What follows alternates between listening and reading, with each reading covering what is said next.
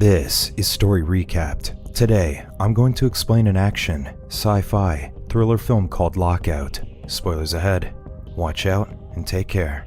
In 2079, Secret Service Director Scott Langrall interrogates CIA agent Snow about a fatal incident in a motel room in New York. After being hit in the face several times during the interrogation, Snow recounts exchanging blows with a man in a suit. While the man was strangling him in the bathroom sink, Snow grabbed a wire and used it to electrocute him. Then, he tackled him out of the bathroom and shot him in the head. He suddenly got a call from his contact who told him to leave the motel room immediately because he was being set up. Snow soon discovered that fellow CIA agent Frank Armstrong was fatally wounded. Before passing away, Frank gave Snow his cherished lighter. When the police arrived, Snow took a suitcase lying beside Frank and escaped to the roof. A helicopter soon appeared on the rooftop, so Snow had no choice but to jump from the building. Fortunately, he landed on a mattress on top of a garbage bin. Snow fled on a stolen motorcycle as the police continued to pursue him. During the chase, the contact called him and instructed him to go to the subway station. Upon his arrival, he threw the suitcase towards the train before the doors could close.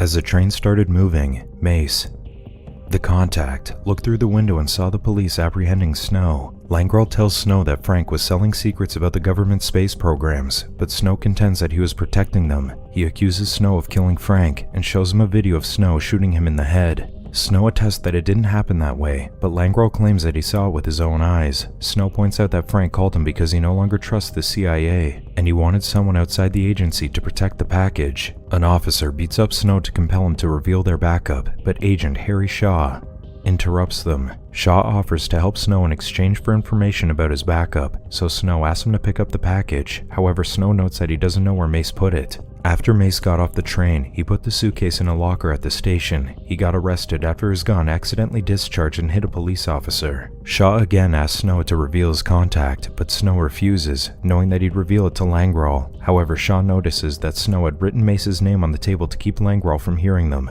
Later on, Shaw asks the agency to run a trace on Mace. That night, Langrall informs President Jeff Warnock about Snow's arrest. He notes that Snow claims that he was set up, but he adds that he saw Snow shoot Frank with his own eyes. Warnock tells Langrall that he has to cut their meeting short because he has to meet his daughter, Emilie, but an aide discloses that she changed her schedule and went off on a humanitarian mission. Miles above the earth, Barnes, the prison warden, a briefing about MS-1, a maximum security prison in outer space. He asserts that the experimental prison is a success because there have been no riots or physical abuse in the facility, but Emilie points out that they're only able to avoid those situations because they put the prisoners under stasis. She's concerned that prisoners suffer from dementia and psychosis due to the procedure, but Barnes claims that those are just minor complications. Upon their arrival on MS-1, Barnes asks Emilie and her aides to put on their radiation tags, which will emit a yellow light when there's a problem. While showing Emilie the stasis pods for the general population, Barnes notes that they will take her to an interview room where she can speak with an inmate.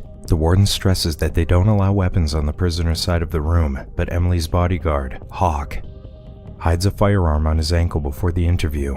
Meanwhile, Langrall informs Snow that he's been convicted of first-degree murder and espionage and is sentenced to 30 years on MS-1. Back on MS-1, Emilie interviews Heidel, a prisoner convicted with 53 counts of aggravated physical assault. When Emilie asks about his conviction, Heidel starts taunting her, so Hawk shoves his head against the table to compel him to cooperate. Heidel discloses that he was a pickpocket before he was convicted of assault and reveals that he had stolen Hawk's firearm. Heidel then knocks out Hawk and shoots the other bodyguard in the room. An explosion occurs when Heidel tries to shoot another bodyguard on the other side of the interview room. After Heidel kills the bodyguard, Emilie runs to the control room and hides under the table. Heidel soon arrives and forces a technician to release the prisoners from the pods. Heidel eventually finds Emilie after killing the technician. Not long after, the prisoners come out of their pods to go after the guards. Heidel attempts to violate Emilie, but a prisoner named Alex stops him because they need hostages to prevent the authorities from killing them. When the inmates see several ships approaching the prison complex, they force a technician to prepare the automated defense systems. Alex doesn't want to turn it on yet, but Heidel pushes the button to activate the turret guns. After the guns blast the approaching shuttles, Alex castigates Heidel and lets him know that he's not in charge of their prison revolt. Langrall soon informs the president that inmates have taken over MS-1. He considers deploying the special forces to storm the prison within 6 hours, but Shaw warns him that Emilie could get killed if they launch the assault. Shaw then suggests sending Snow to rescue Emilie. Snow refuses to go, but he agrees when Shaw secretly reveals that Mace is in MS-1. When the inmates confiscate the IDs of the hostages, an aide named Catherine notices that Emilie is wounded and shivering, so she grabs a lab coat and puts it on her. Soon, Snow, Langrel, and Shaw board a ship to head to a space station near MS-1. Snow thinks that Emilie could already be dead, but Shaw explains that she's wearing a telemetry medical transmitter that indicates that she's still alive. However, the telemetry is showing that she's losing blood. Langrel gives Snow a map for an escape pod to leave the prison. Then, Shaw hands Snow a tube and tells him that it's an explosive that will detonate when he joins the two ends. Alex sustains an injury in his arm when he deals with an agitated inmate. He tells the prisoners that he needs someone to stitch his wound, so they take Emilie to him,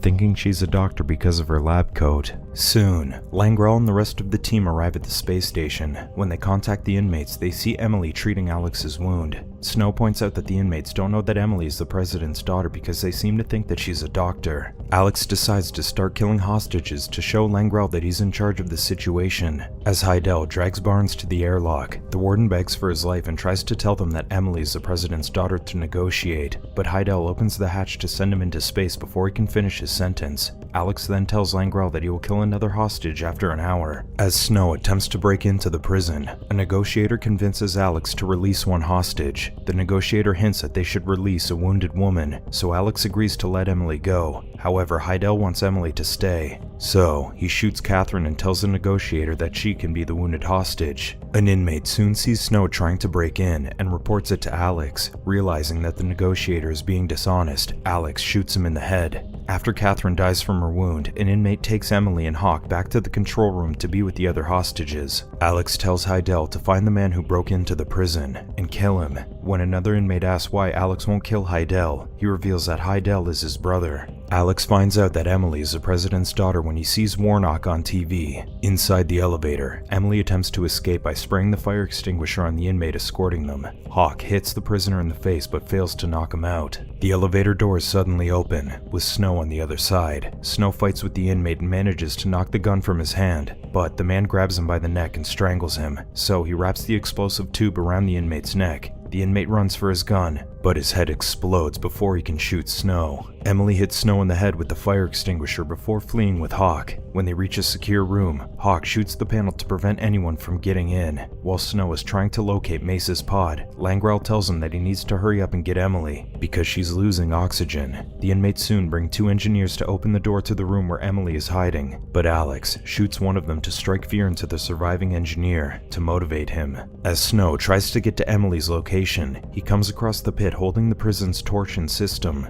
An engineer notes that the torsion system's gravity will keep them afloat, but an inmate attacks him before he can jump to the other side. When Heidel sees them fighting on the security camera, he shoots the console, causing the torsion system to shut down. Snow manages to hang on by a rope, but he falls when it snaps. Luckily, the engineer at the space station manages to reactivate the torsion system, allowing Snow to float to the platform. Hawk discovers that their oxygen supply is almost out, so he shoots himself to buy more time for Emilie. Soon, Snow reaches Emilie's location, but she's unconscious due to oxygen deprivation, so he revives her by injecting her eye with a neurotransmitter stimulant and performing mouth-to-mouth resuscitation. An engineer soon opens the door to the room, but Snow and Emilie are already gone. Shaw guides them through the vents to make their way to the escape pod, but they lose the signal when Alex asks an engineer to shut off the prison's communication system. As Snow tries to figure out the way, they fall through the vents. Snow then takes Emilie to the infirmary to treat her wound. Emilie asks Snow about his plan to free the other hostages, but Snow's only objective is to rescue her. Later, Alex alerts the other prisoners about Emilie's attempt to escape, so Snow tells her to wear an inmate's uniform. He then forcibly cuts her hair and dyes it black using a mixture of engine oil, water, and coffee. Afterward, he hits her in the face to make her look more like a prisoner. Snow and Emilie search for Mace in the general population area, but an inmate wouldn't let them pass. The prisoners start chasing them after Snow headbutts the inmate. As they flee, they come across Mace, but they learn that he has dementia due to his time in stasis. Snow asks Mace where he kept the package, but he can't make sense of his response. When the inmates start breaking down the doors, Emilie suggests leaving Mace behind because other prisoners won't hurt him, but Snow notes that he needs him. As the trio makes their way to the escape pod, MS-1 collides with the International Space Station. Following the impact, a door automatically closes and locks Mace inside a room with a hull breach.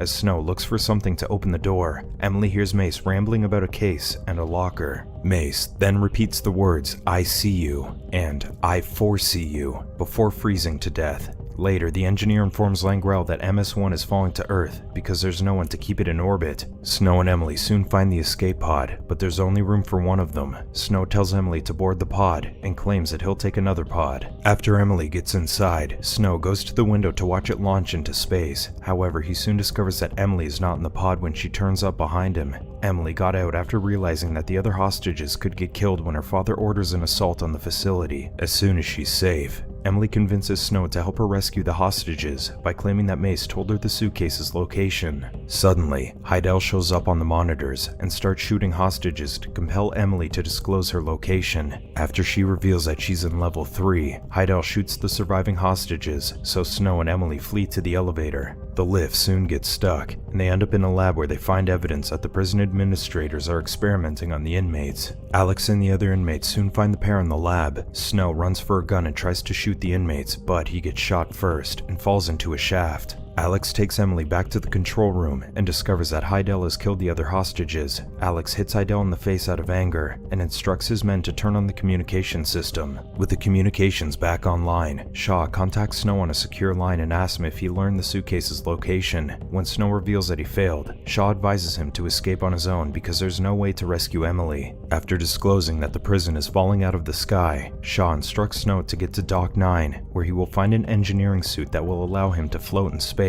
Langrel notifies the inmates that they'll soon attack the prison, so Alex tells Emilie to contact her father and ask him to call off the assault. However, Emilie tells Warnock to blow the prison out of the sky because all the hostages are dead. Warnock refuses to send an assault team because of Emilie, so Langrel invokes the 25th Amendment to relieve Warnock of his command temporarily. Shuttles soon fly towards the prison complex when Langrel authorizes the assault. Inside the prison, Heidel stabs Alex and kills one of his men because he refuses to let him violate Emilie. Soon, Heidel comes after Emilie, so she quickly grabs a lighter and a flammable spray from her bag to light Heidel's face on fire. Heidel quickly puts out the fire and tries to stab her, but Snow grabs the knife and knocks him out. Heidel and the prisoners chase after them, so Emilie and Snow run to Dock 9 and lock them out. Soon, one of the shuttles plants a bomb on MS-1, with less than 1 minute on the timer. Shaw warns Snow about the bomb, so Emilie and Snow jump out of the prison complex as soon as they put on the engineering suits. Emilie falls unconscious as they enter the Earth's atmosphere, so Snow grabs her and releases her suit before activating his parachute. Soon, after they land, the authorities take Snow into custody. Emilie is taken to the hospital, but she escapes to find the locker where Mace hid the suitcase. She recalls Mace's ramblings and realizes that he hid the case in a locker in Union Station with the password, "I see you, I foresee you." After retrieving the case, she goes to the motel room in New York to investigate what happened there. Emilie realizes that Langrel was watching the room from another building with binoculars. Snow appeared to be shooting Frank from a mirror covering Langrel's view, but he actually shot someone who was attacking them. When Shaw visits Snow at the police station, Snow reveals that he has the briefcase. Shaw unlocks the case, but he discovers that it's empty. Snow points out that no one told Shaw the combination to the case, so Shaw confesses that he's the mole who set them up. Shaw notes that he'll get out of prison in 3 years because the agency needs someone like him. Furious about Frank's death, Snow burns Shaw's face with a lit cigarette before the police take him away. As Snow leaves the station, he discovers a memory card hidden in Frank's lighter and recalls Frank telling him not to let anyone take it. He soon finds out that Emilie is there waiting for him. Emilie notes that she discovered that Snow's first name is Marion. She punches him in the face and teases him about the feminine-sounding name, so Snow notes that they won't go anywhere with their relationship. Emilie then tells him that they'll soon find out when they get to bed and do some horizontal exercise. This is all for Story Recap for today. Subscribe to watch more videos like this. Tell us in the comments if you want us to recap your favorite movie. Watch other of our videos showing on the screen and leave a like because it helps the channel. And I would see you in the next video. Goodbye.